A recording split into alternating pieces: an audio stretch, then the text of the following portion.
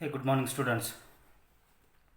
Now, in this semester, I'm going to teach you the course Experimental Techniques in Physics first in this semester, third semester, and in the next semester, we're going to study the next course Experimental Techniques in Physics second. So, the course code is PHCT 233, right? And let's go for the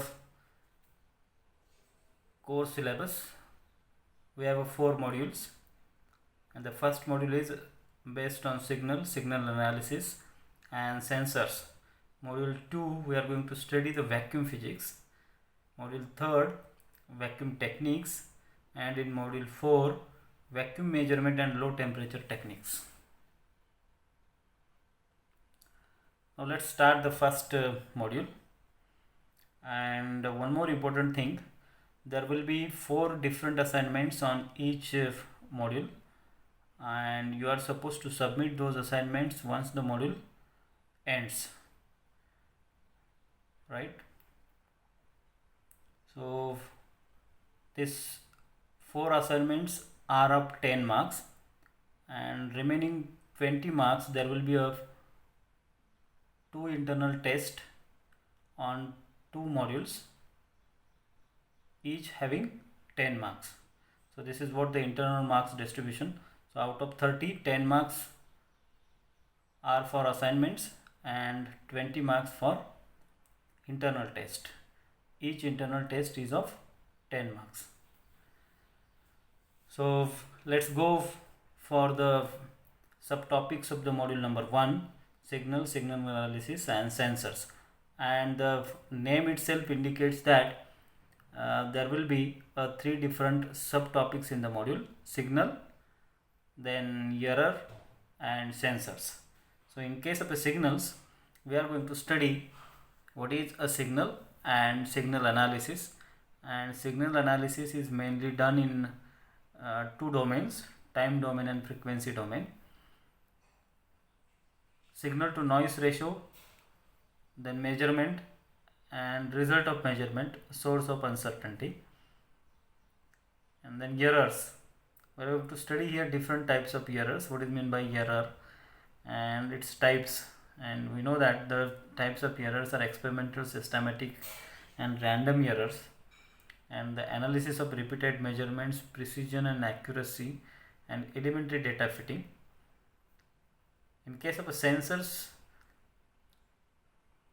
we are going to study the sensor characteristics, classification of sensors, and operation principle of sensors such as electrical sensor, thermal sensor, mechanical sensor, pressure sensor, etc. And the reference book that you can use for the first module is Instrumentation, Devices and Systems by C.S. Rangan and V.S.V. Mani, right? And for vacuum physics, there is a different reference books. I will tell you its name in the respective modules. So let's go for the first subtopic of the module, that is a signal. Now what is meant by signal? We are quite familiar with the signal because we are using this kind of terms in our day-to-day life, right? So what is the signal? So the signal is a physical quantity or it is a function which contains or conveys an information which are expressed mathematically as a function of independent variable. It could be a visual signal or physical motion or electrical signal as well, any kind of a signal. And we know that the variables are of 2 types: dependent variable and independent variable, right? So signal may be of any type. It may be a visual, it may be a motion, or it may be a electrical signal, and it is a physical quantity which transfers or conveys an information, right? And this conveyed information is in the form of a function or it is in the form of variables, right? So let us consider this is a variable f of t, and t are the 2 variable. T is a variable and f of t is a function. So t is an independent variable, right, which does not depends upon f of t, whereas this f of t depends upon the t time, right. So f of t is a dependent variable, and we can say from this diagram, the value of the function f of t is equals to 1, right, and its value is 1 when t is in between minus 4 and 6. So in between minus 4 and 6, the value of the function remains a constant and it is equals to 1. But in beyond these two limits, the value of the function f of t is equals to 0, right. It's clearly visible from the example. Now we can define the signal in other way also.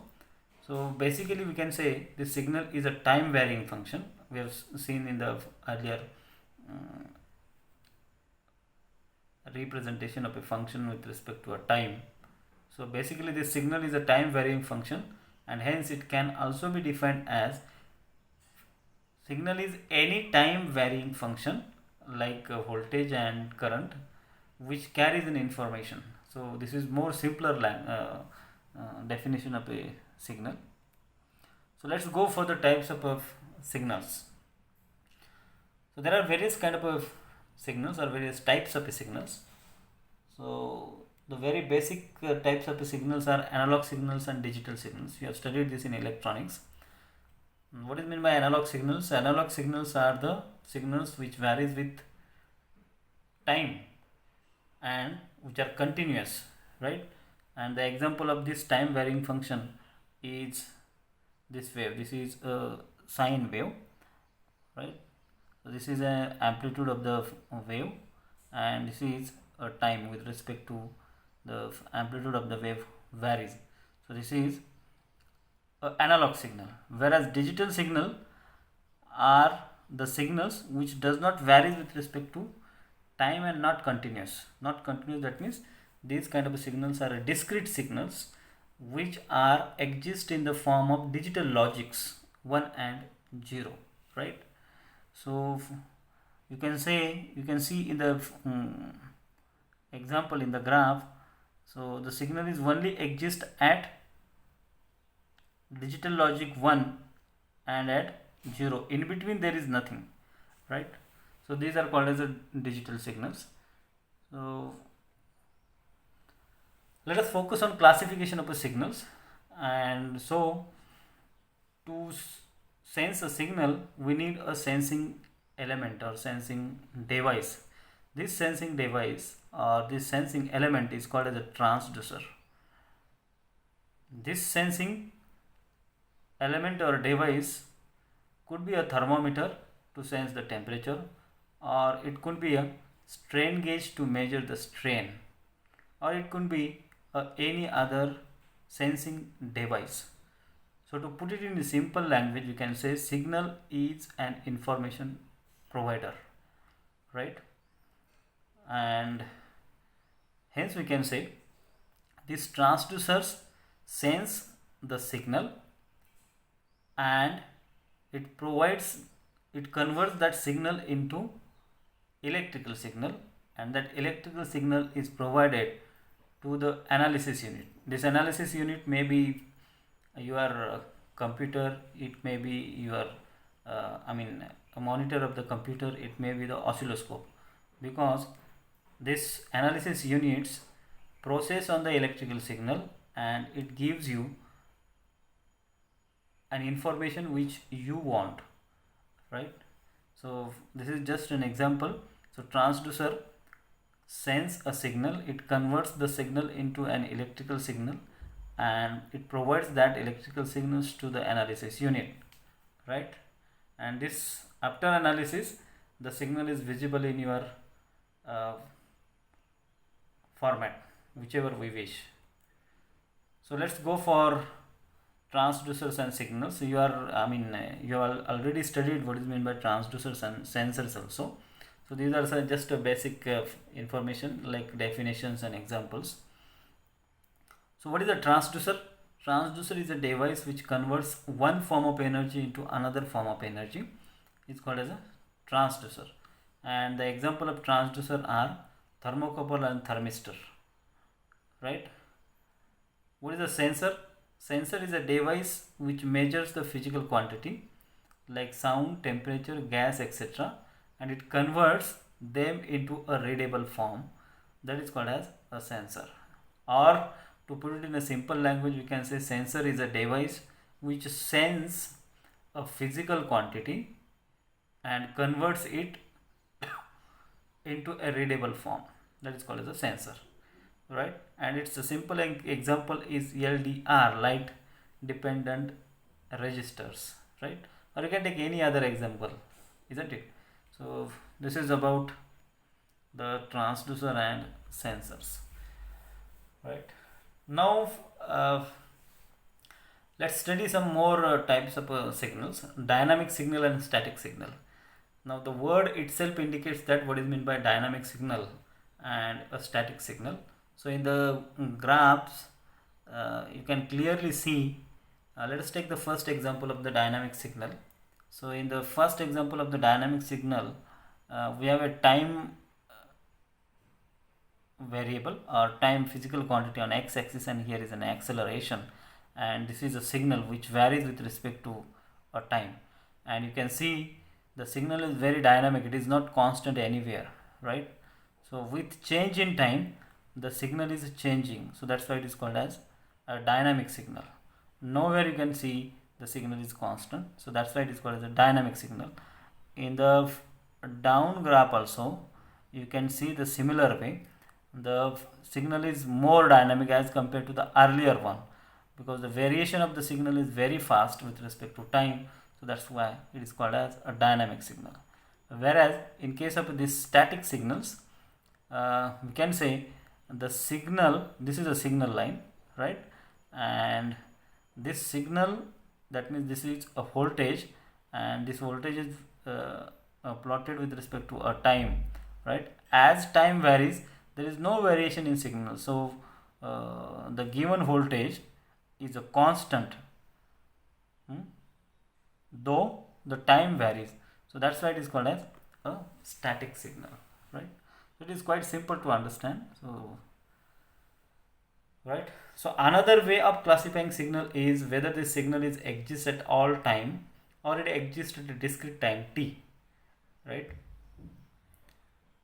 So depending upon that, the signals are classified as a stationary signal and non-stationary signals. So in case of a stationary signals, we can say the average value of the signal is almost same in the block of time. Such a signal is called as a stationary signal. So you can consider this variation of voltage with respect to time. So you can see in this time block, the particular voltage, or I can say the signal, is not constant. There is a minute variation or a fluctuation in voltage in this time block, but this minute fluctuation in the signal is considered to be a constant. So right, there is not much variation, so that's why it is called as a stationary signal. Now whereas in case of a non-stationary signal, if the speed is not constant in a time block, then such signals are called as a non-stationary signals, right? Now let's go for the example of stationary signals and non-stationary signals. So non-stationary signal, you can easily give an example of a moving vehicle whose speed is not constant. That's called as a non-stationary signal. Now in case of a stationary signal example, let us take an example of a needle of a sewing machine. Now you can say the needle of a sewing machine is not constant, it is constantly varying, right? So the vibrations of this sewing machine needle are at a constant speed. Its speed is a constant, though it is varying, its speed is a constant, and it is a periodic stationary signal. So such kind of a signal whose speed is a constant and periodic, those are called as a periodic stationary signals. Similarly, the other example of a stationary signal is a raindrop falling on the roof, is a random stationary signal, right? So this is all about the signal. and the signal analysis I think we will cover in the next video. Hope you have understood this the very first lecture of experimental techniques in physics about the signals. Thank you.